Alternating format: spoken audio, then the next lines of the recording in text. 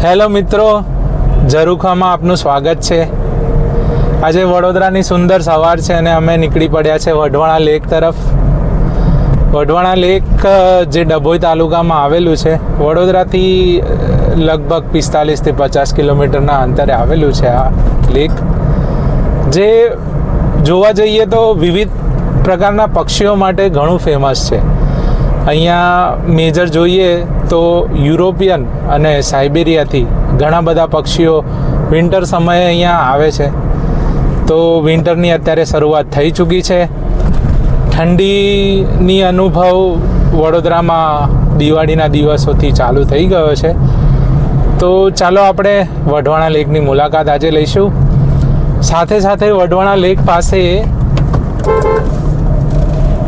Wadhwana camp site પણ આવેલી છે, જે મેનેજ કરવામાં આવે છે વડોદરા વાઇલ્ડલાઇફ તરફથી।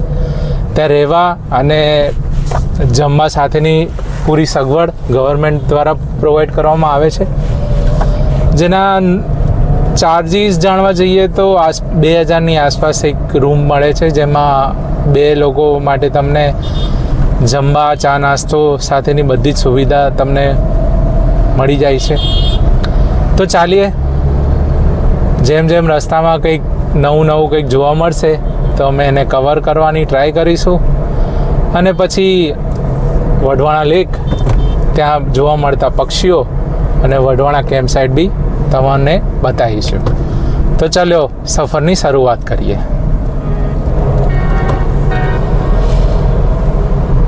તો અત્યારે આપણે ગોલ્ડન ચોકડી તરફ પ્રયાણ કરી રહ્યા છે। ગોલ્ડન ચોકડી તરફથી જમણી સાઈડ ઉપર તમારે વળવું પડશે વઢવાણા લેક તરફ જવા માટે।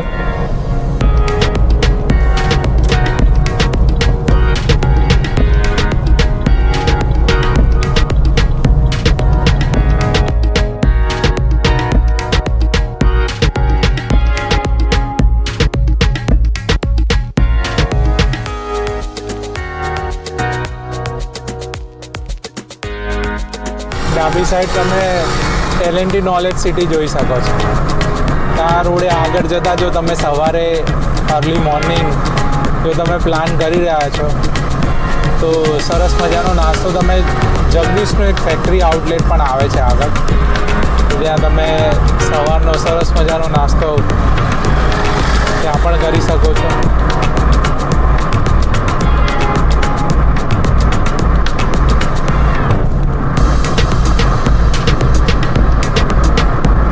ડાબી સાઈડ જગદીશ ફૂડ કોર્ટ।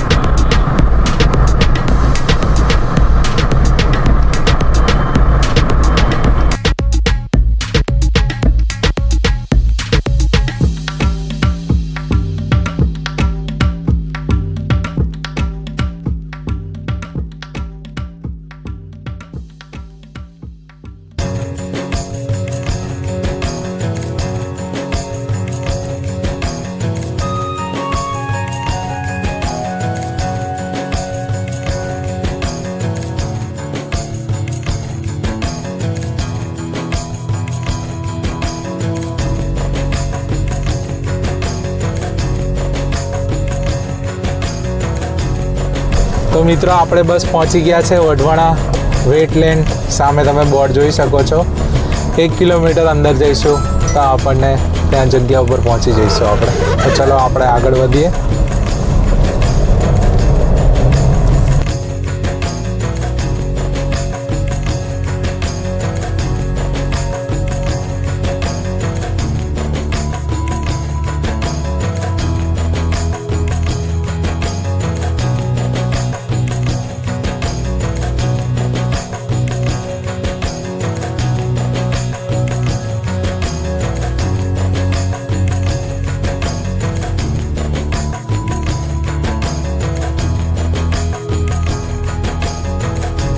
મસ્ત મજાનો રોડ છે, બાજુમાંથી કેનાલ પાસ થાય છે,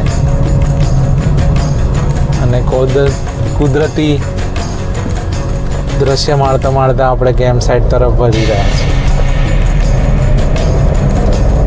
જો તમે આ કેમ્પ સાઇટની મુલાકાત લીધી હોય તો ચોક્કસથી કોમેન્ટ કરીને જણાવજો।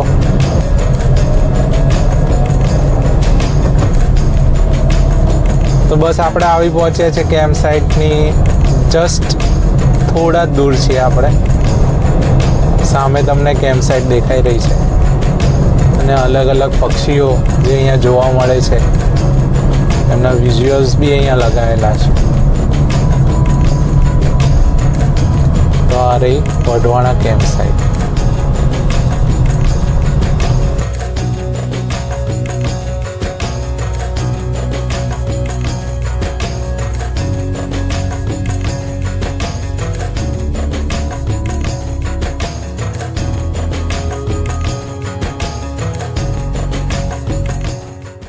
મિત્રો કેમ્પ સાઇટની વાત કરીએ તો અહીંયા પણ એક રૂમ આવેલા છે ને આપણે અત્યારે મેઇન ગાર્ડનમાં ઊભા રહ્યા છે. એન્ટ્રીમાં જોઈએ તો એન્ટર થતાં જ એક ઓફિસ છે, એની બાજુમાં કેન્ટીન અને એની બાજુમાં drinking water facility. Than after આ બધા સ્ટેઇંગ રૂમ ફેસિલિટીઝ આપેલી છે. વચ્ચે સરસ મજાનો ગાર્ડન છે અને આ સાઈડ પણ ઘણા બધા રૂમ આવેલા છે. ટોટલ સાઇટમાં જોઈએ તો 18 રૂમ આવેલા છે, જેનો અત્યારનો ટેરિફ ચાલી રહ્યો છે 1900ની આસપાસ. આ રૂમની પાછળ પણ એક રો આવેલી છે, એ પણ સેમ ટેરિફ ધરાવે છે અને એની પાછળ એક સરસ મજાનું ગાર્ડન અને ટેન્ટ પણ આવેલા છે. તે હું તમને બતાવું. એક વસ્તુ અહીંયા છે ઇન્ટરપ્રિટેશન સેન્ટર, જે રાઉન્ડ ગુમ્મટ છે, ઇન્ટરપ્રિટેશન સેન્ટર છે. આપણે આગળ જઈને તમને બતાવું.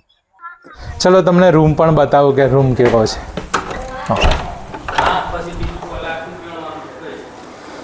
આ એક સરસ મજાનો રૂમ છે કેમ્પ સાઇટનો, જેમાં એક તમને વોર્ડરોબ મળી જશે, 2 જણા માટે બેડ છે, સરસ મજાની લાઇટની બી સગવડ છે.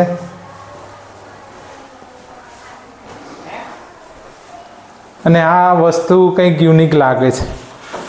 વાંસના લાકડામાંથી બનાવેલું સરસ મજાનું ટેબલ. અહીંયાના બધા જ રૂમ નોન એસી આવેલા છે. રૂમ 2 જણાની રિક્વાયરમેન્ટ માટે પરફેક્ટ સેટ કરેલો છે.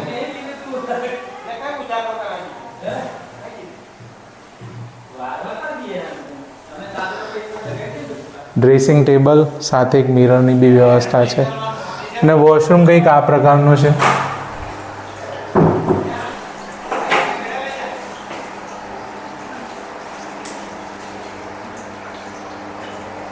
બેઝિક રિક્વાયરમેન્ટ સાથે ગીઝર પણ આપેલું છે.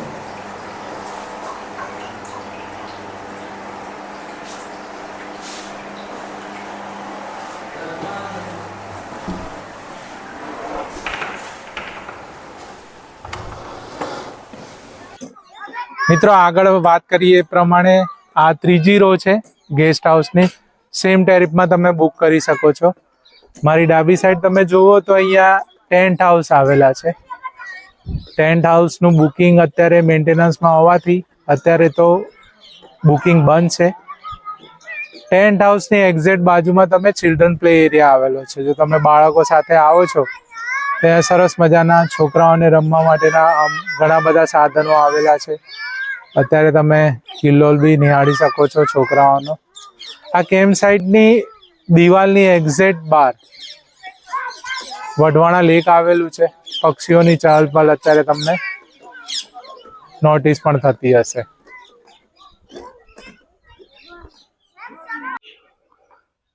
ચાલો ત્યારે મિત્ર તમને બતાવું ઇન્ટરપ્રિટેશન સેન્ટર. અહીંયા હાલમાં તો જણાવ્યા પ્રમાણે આ જગ્યા રિનોવેશનમાં છે અને થોડો અવાજમાં ઇકો પણ તમને સંભળાશે.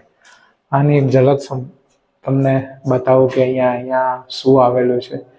એકચ્યુઅલી અહીંયા જોવા મળતા બધા પક્ષીઓના વિવરણ અહીંયા લખેલા છે.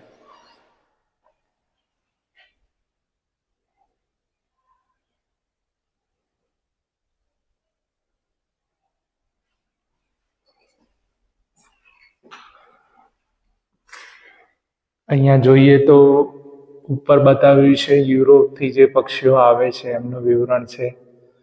મધ્યમાં સેન્ટ્રલ એશિયાથી જે પક્ષીઓ આવે છે એમનું પણ વિવરણ છે. જમણી સાઈડ ઉપર સાઇબેરિયાથી જે પક્ષીઓ આવે છે એમનું વિવરણ આવેલું છે. સાથે સાથે ઘણા પક્ષીઓના મોડેલ પણ અહીંયા મૂકવામાં આવ્યા છે, જેના વકી તમે ઘણી બધી ઇન્ફોર્મેશન પક્ષીઓ લક્ષી અહીંયા મેળવી શકો છો. ખૂબ સારો પ્રયાસ છે પક્ષીઓ વિશે લોકોને ઇન્ફોર્મેશન આપવા માટે, અને ખરેખર પ્રત્યક્ષ પક્ષીઓને જોવાની કંઈક મજા જ કંઈક અલગ છે. નેક્સ્ટ હવે અમે જઈશું લેક સાઈડ તરફ, જ્યાં ઘણા બધા પક્ષીઓ આવવાના ચાલુ થઈ ગયા છે. તો ચલો ત્યારે આપણે લેક તરફ જઈએ અને તમને ત્યાં મળતા પક્ષીઓ પણ બતાવીશ. ચલો.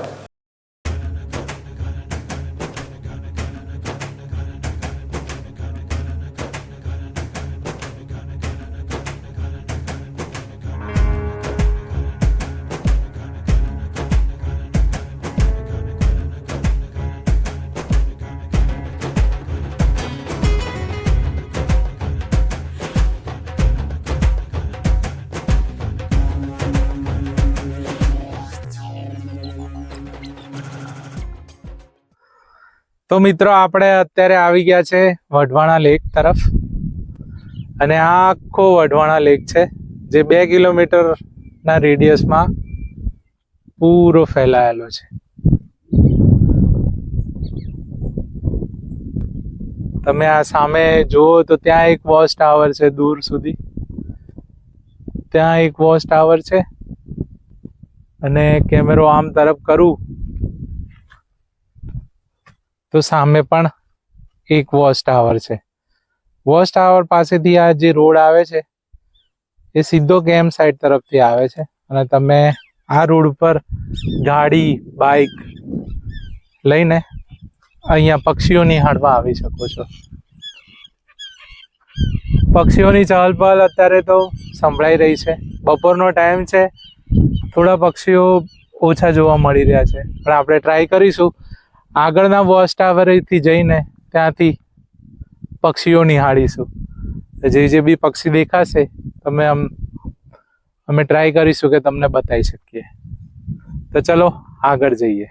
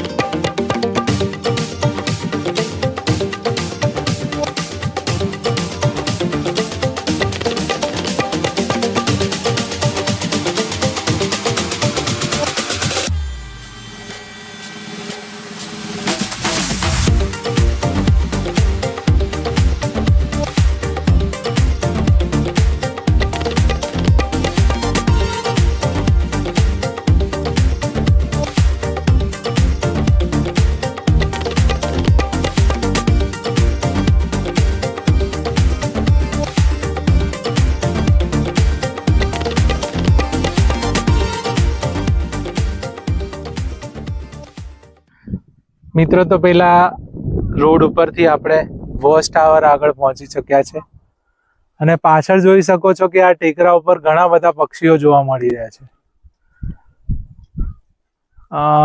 કેમેરા તો એટલો જસ્ટિફાઈ નહીં કરી શકે, હું ટ્રાય કરીશ કે અલગ અલગ પક્ષીઓના ફોટોગ્રાફ્સ વિડીયોમાં એડ કરી દઈશ. અત્યાર સુધી જોયા પ્રમાણે અહીંયા 5 થી 6 ટાઈપની સ્પીસીસ અલગ અલગ જોવા મળી રહી છે. સાંજ જેમ ઢળશે એમ પક્ષીઓ કદાચ અહીંયા વધશે અને વધારે પક્ષીઓ પણ જોવા મળી શકે છે.